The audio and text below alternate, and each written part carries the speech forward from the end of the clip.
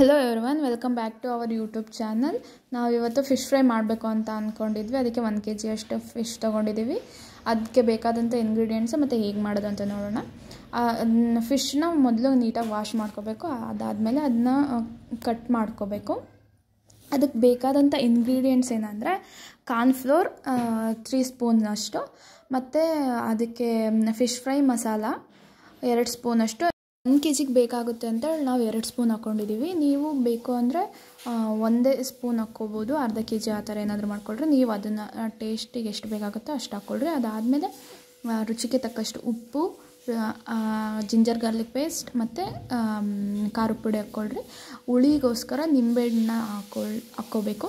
ಸ್ವಲ್ಪ ಜನ ಈ ಹುಣಸೆಹಣ್ಣಿಂದು ರಸ ಹಾಕ್ಕೊಳ್ತಾರೆ.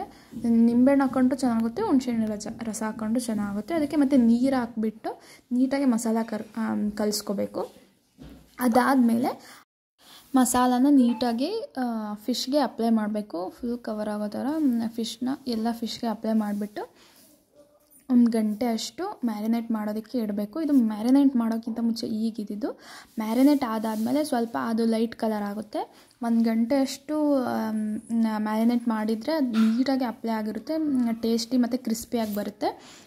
ಆಮೇಲೆ ಒಂದು ತವಾದಲ್ಲಿ ಎಣ್ಣೆ ಬಿಸಿ ಮಾಡೋದಕ್ಕೆ ಬಿಡಿ. ಎಣ್ಣೆ ಕಾದ್ಮೇಲೆ ಫಿಶ್ನ ಫ್ರೈ ಮಾಡಿ ನೀಟಾಗಿ ಎರಡು ಕಡೆ ಫ್ರೈ ಆದಮೇಲೆ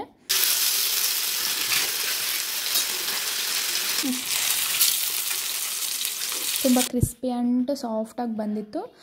ಟೇಸ್ಟ್ ವೈಸ್ ಅಂತೂ ತುಂಬ ಸಖತ್ತಾಗಿತ್ತು. ನೀವು ಒಂದ್ಸಲ ಟ್ರೈ ಮಾಡಿ ನೋಡಿ ಮನೆಯಲ್ಲಿ.